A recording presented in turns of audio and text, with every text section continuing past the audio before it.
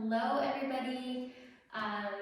We are going to chat a little bit about foam rolling, and then I'm going to take you through a foam rolling circuit. So we're going to roll and release our muscles, release some tension, and leave our body feeling awesome and fresh. So first thing, there are a lot of different types of foam rollers. So this one is black. It is very dense. I really like it. It's easy to travel with because it's so tiny. So this one's really awesome, and especially if your kids like to play with them, you can hide the mini ones a little bit better.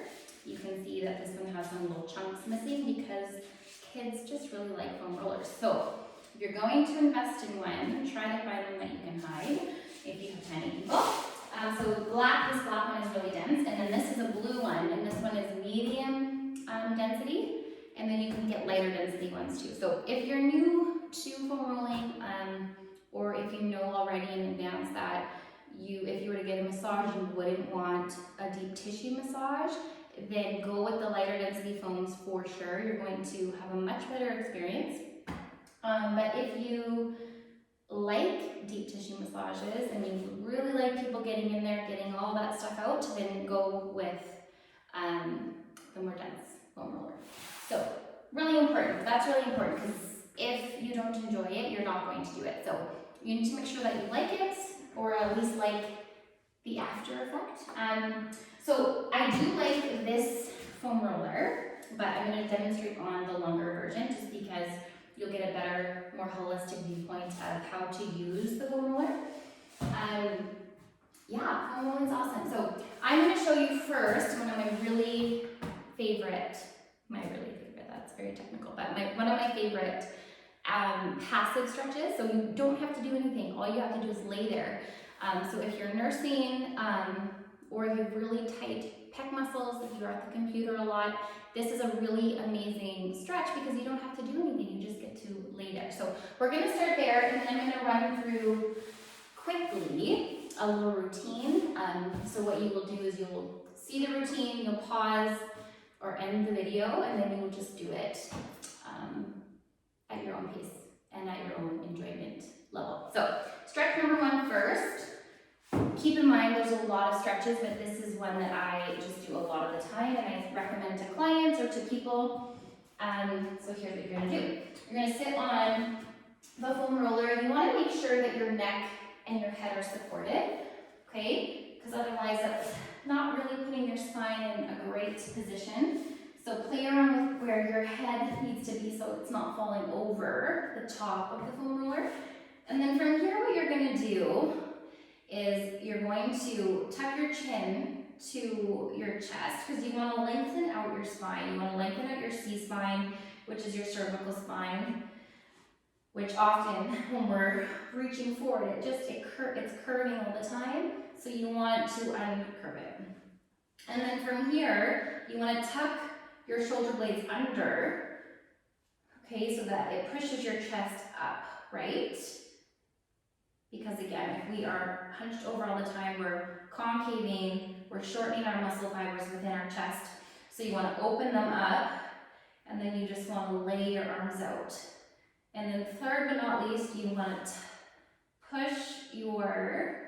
you don't want to arch your low back. At least you don't want to be holding into that position. You want just to untuck your tailbone.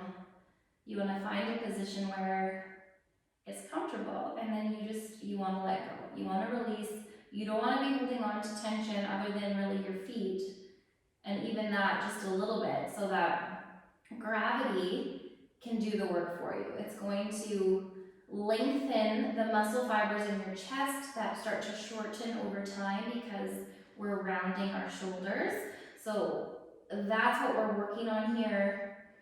You might feel it in your biceps, especially if you're holding little people all the time, and keep making a mental note to, again, don't arch your low back. So push it down, not aggressively, but just make sure it's not overly arched. And then what you're going to do, you're going to start to feel your muscles releasing. You're going to feel them relax.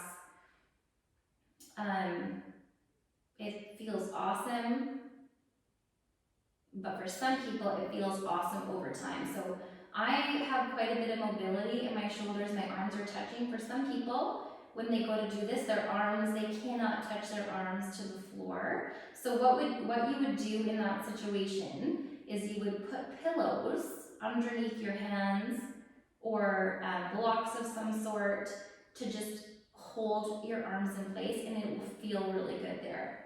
Okay, so you don't want to be holding out here without anything supporting it. You want to find cushions, pillows, and then over time the goal is to feel and to notice your muscles lengthening and releasing over time. So I like to do this for 10-15 minutes.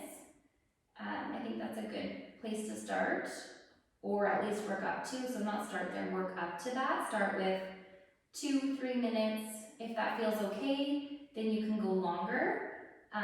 If that's painful, then just stay there. Stay with the 2 to 3 minutes and then build up over time. Oh, I don't want to move, this feels so good.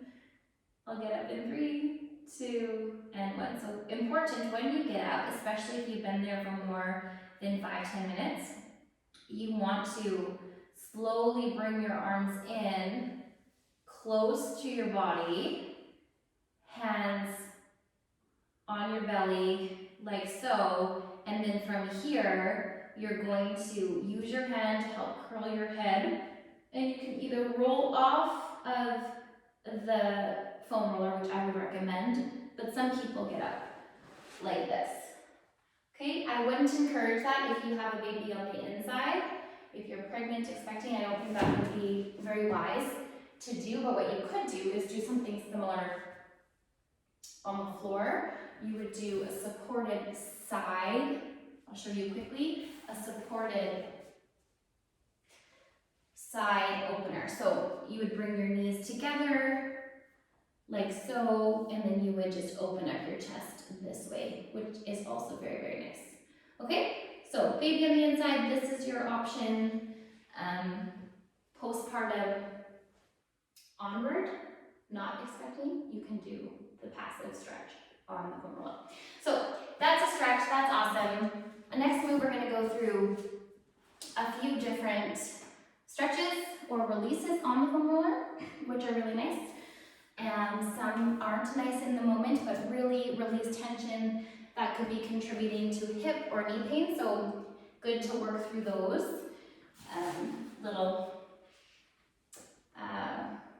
active release kind of moves. So first thing we're going to do, we're going to get into our glutes. So one of my favorites, a lot of people's favorites, glutes carry a lot of tension. So what you're going to do, come on, foam roller, is you're going to sit on the foam roller. You're going to bring one foot over your knee, and then you're going to roll over onto your glute, and you're just going to roll. You're going to roll to the front, to the back. If you're new to foam rolling, which you probably are if you're watching this, then play around. It's a little bit of effort in terms of understanding the technicality of it. So play and find out where you feel some really great little pressure points, and that's where you want to work out. So if you find a pressure point like I just did, then you hold the foam roller on the pressure point for 10-15 seconds until it starts to release, and then you roll through that. Okay, so if something's really aggravating you, you can spend a little bit more time on there, not in a way where you make it worse or aggravate it worse, but just in a way where you start to apply some pressure, release the pressure, and it can feel really good. So one glute, then you would go and do the other one. I'm not going to put time restrictions on it. I think we're all in different stages of life. So if you have a baby, newborn, you know, if something's really causing you issues, we'll get into our back in a second, then that's maybe where you spend 5 minutes. If you don't and you have a little bit more time, then go for it. Spend 10 minutes on the foam roller, go through your whole body, 1 to 2 minutes each part, at least parts that are speaking to you. So really, there's a lot of ways you can do this. Are there best practices? Sure, probably, but make it work in a way that feels good for you and is giving you some relief or rest, okay? So same thing on the other leg, that's what you would do. Next move, we're gonna get into our legs or quads.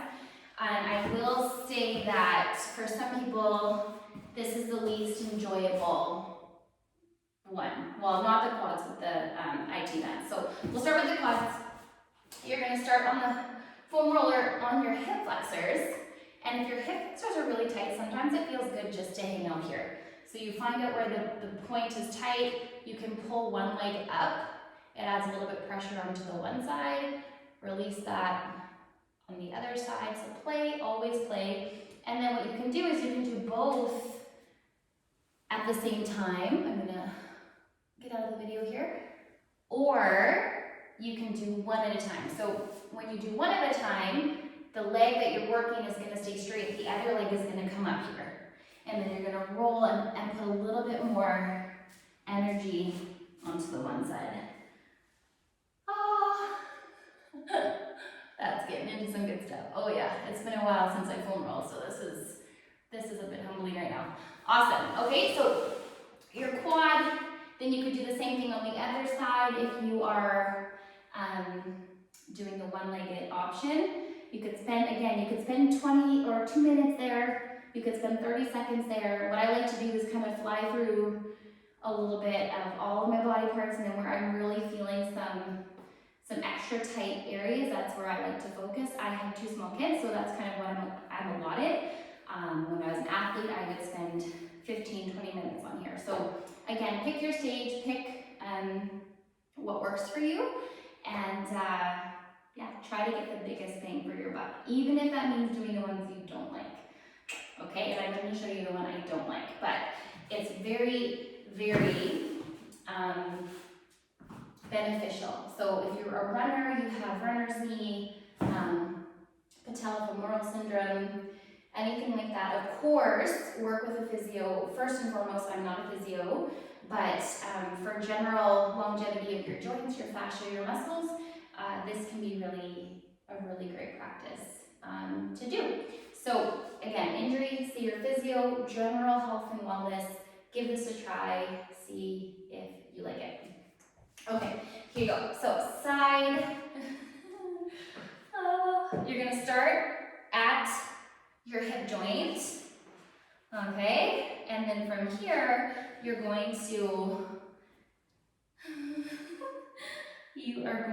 roll out your IT band. And your IT band is notorious for getting tight, all right? So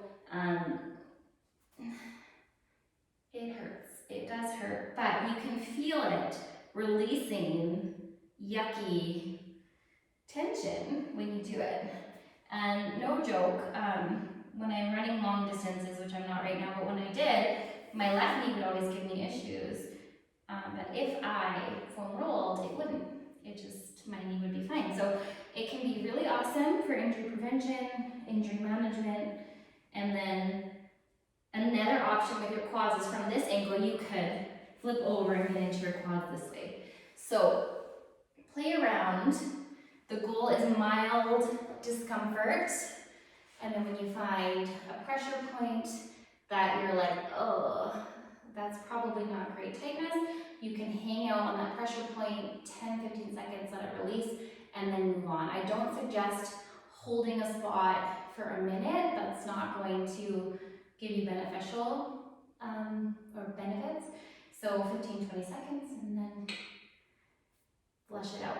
Okay, so those are your IT bands. You can get into your calves. People, I find, either love this or they don't, because it can be challenging on your wrists and your shoulders, but I'll show you because you might just like it, especially after a really high hike, down hike stairs. Sometimes the calves can get really sore. So this is what you're gonna do. Okay, actually, start out on your glutes. I wanna make sure I have enough room here. And you're going to roll back until you get to your calves. So you can keep your calves forward, back facing, and then you can also turn them out on an angle. So you're going to hit different angles of your calves. This is kind of what I like to do. And again, the goal, find out where you need to focus on releasing some tension. So if you're not feeling it straight forward and back, then stick with the outer posture and roll that way. So you can see I'm putting lots of tension on my shoulders, on my wrists. So if you have some carpal tunnel issues, that might not be the stretch for you, but you can get other calf handheld, similar to foam roller mechanisms, so you could try something like that. So that's our legs generally. Within those fundamental rolling moves, you can again play. I want you to play, find where it feels good. No two people are shaped the exact same, so we're not going to have the same trigger points that other people would. Okay, my last move I'm going to show you, and again, keep in mind this is a basic intro to foam rolling. There's a lot more technical moves that you can do, and certainly on YouTube you can find those. But this is an intro, and definitely going to give you the biggest bang for your buck starting out. So we did our legs, our calves, our glutes. Now we're going to get into our back, and this one is definitely my favorite. So you're going to start on your glutes again. You're going to support yourself as you roll forward, and then when you feel like you can hang on and you're not falling over, you're going to put your arms behind your ears and you're going to roll forwards and backwards. You might hear some crunches, like crunch, crunch, crunch. That's normal. Or maybe not normal, but common. I don't like the word normal, common for sure. And then what I like to do is bend my elbows, tuck my chin in, and really get into my upper traps, which get so tight, I think for most of us. And then again, we play. So you can turn, open up your back a little bit more. Keep in mind your muscle fibers in your back don't move in the same direction. So when you're on the foam roller, you want to make sure that you are changing up how you're rolling out so you can get into those different muscle fiber patterns. And play, play, play. It's, this does not look as graceful as a ballet dance, but it's really, really quite amazing. So when you get off, try to get off in a way that you're not harming your body. There's a lot of ways that don't feel natural in here, so I won't go through all of them. But just play, have fun, start with those fundamental moves. If you have questions, reach out to a health professional that you know, especially physios. They're for sure going to know how to use these guys. And yeah, create your own little routine, work out the tight spots, and roll